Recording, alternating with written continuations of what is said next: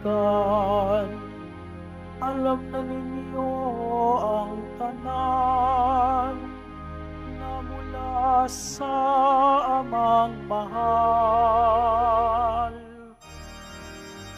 Hallelujah, hallelujah, hallelujah,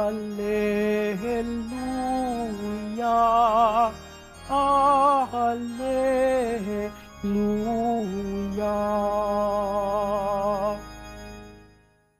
Sumainyo ang Panginoon. At sumaiyo rin. Ang mabuting balita ng Panginoon ayon kay San Mateo. Papuri sa iyo, Panginoon.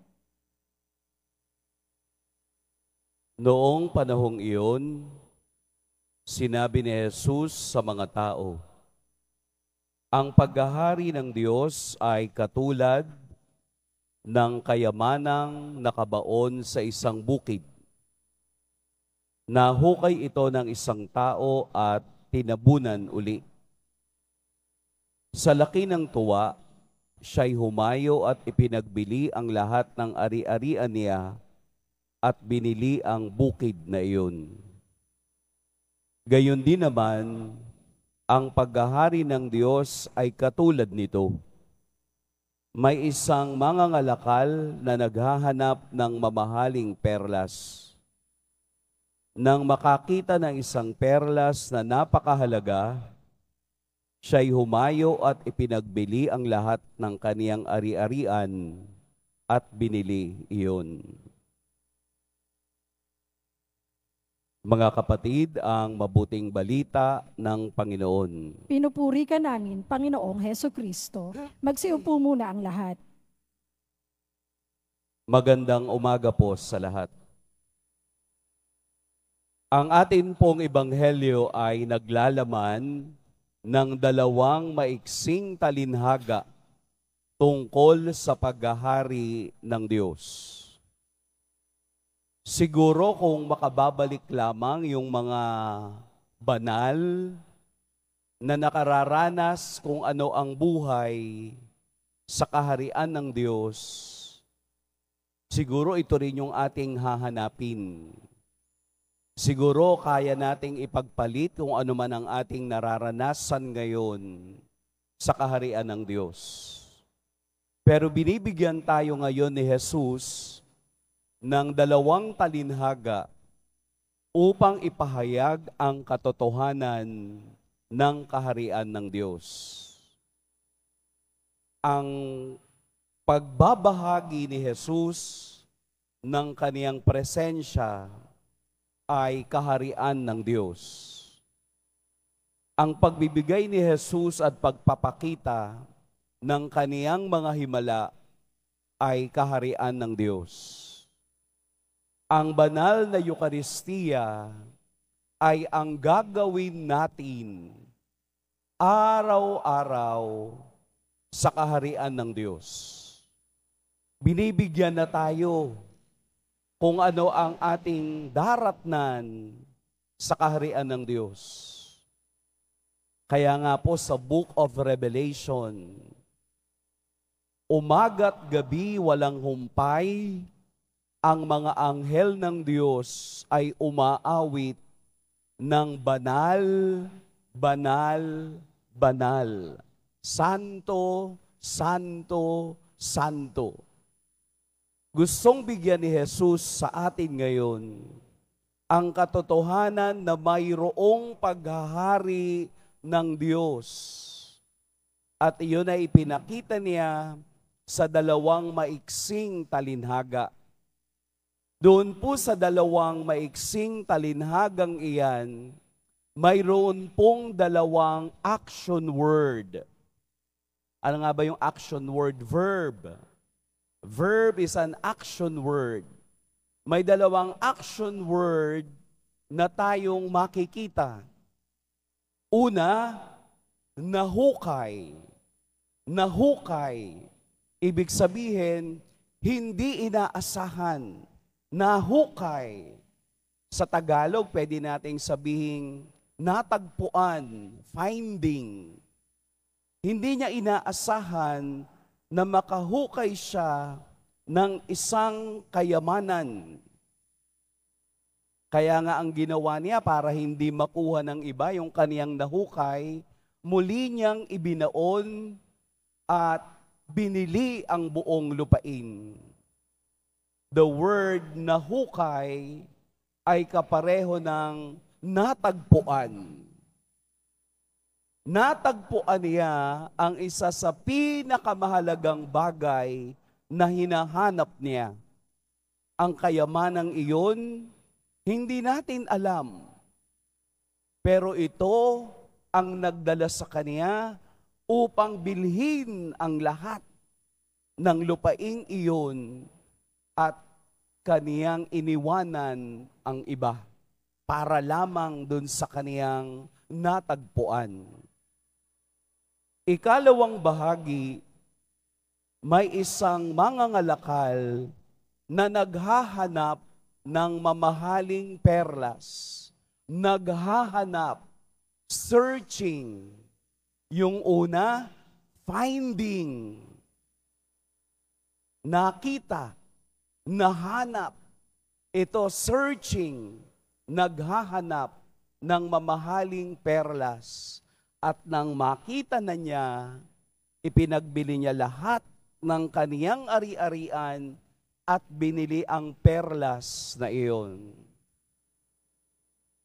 Finding and searching equals serendipity. Ano nga ba yung serendipity? Yung pagtatagpo ng isang sitwasyon sa tamang panahon, tamang pagkakataon, at tamang oras. Ang kaharian ng Diyos ay paghahanap at ang kaharian ng Diyos ay ang pagkakita sa kapangyarihan at pag-ibig ng Diyos. At kung nararamdaman mo na ang kahariang iyan sa iyo, hindi mo na ipagpapalit pa sa anumang kayamanang nagbibigay sa iyo ng saya. Dahil mas masaya, dahil mas mataas, mas malawak ang ibinibigay na saya at diwa ng pagliligtas, ang kaharian ng Diyos na inaalay ni Kristo.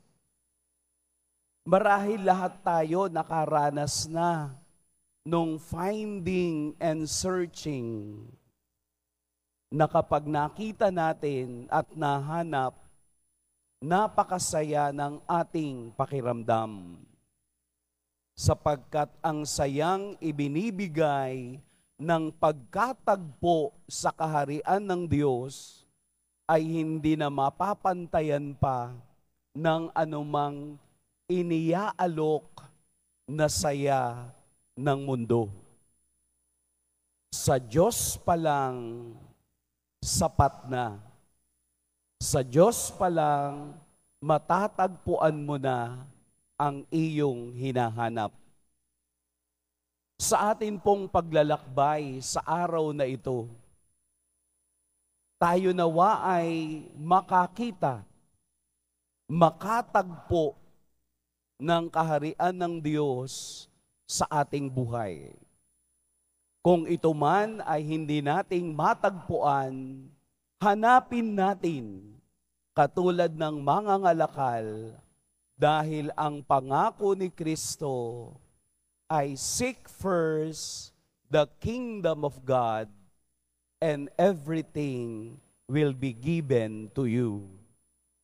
Hanapin natin yung kaharian ng Diyos at ang lahat ng bagay ay ibibigay sa atin. Huwag kayong maniwala sa interpretasyon ng sarili mong isip. Baka ito minsan ang naglalayo para makita mo ang tunay na kaharian ng Diyos. Paano po iyon? I'll give you one example. Paglabas ninyo, merong mga nagtitinda na dudot-dot sa mukha ninyo ng mga imahen. Bili na po kayo, bili na po kayo. Ano nasa isip mo? Bibiling ko to, pampaswerte. Ayan, doon nagkakamali yung seeking the kingdom of God. Hindi mo binibili yun para swertihin ka. Kasi yung mga imahe na yon are aids o tulong upang yumabong ang ating debosyon sa ating mahal na Poong Jesus Nazareno. Hindi para maging pampaswerte. Kung hindi hanapin mo sa imaheng ito na ating nakikita sa harapan, ang pag-ibig, ang sakripisyo, ang pagliligtas ng Diyos. Dahil ang tao lamang bukas, ang tao lamang ang isip ay napupuno ng pag-ibig at awa ng Diyos, yun lamang ang makauunawa kung ano ang kaniyang kaharian.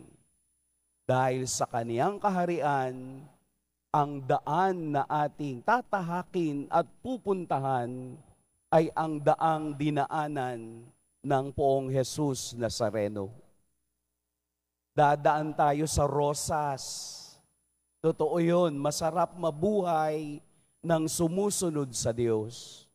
Pero tandaan natin na ang rosas na yan ay punong-puno ng tinik na magpapadugo ng ating mga paa hanggang makarating tayo sa kaniyang kaharian. Kasabay ng sakit ng rosas na yan ay ang pangako ng luwalhati at pagmamahal ng Diyos sa bawat isa. Hanapin natin ang kaharian ng Diyos. Pagpalain tayo ng Poong May Kapal.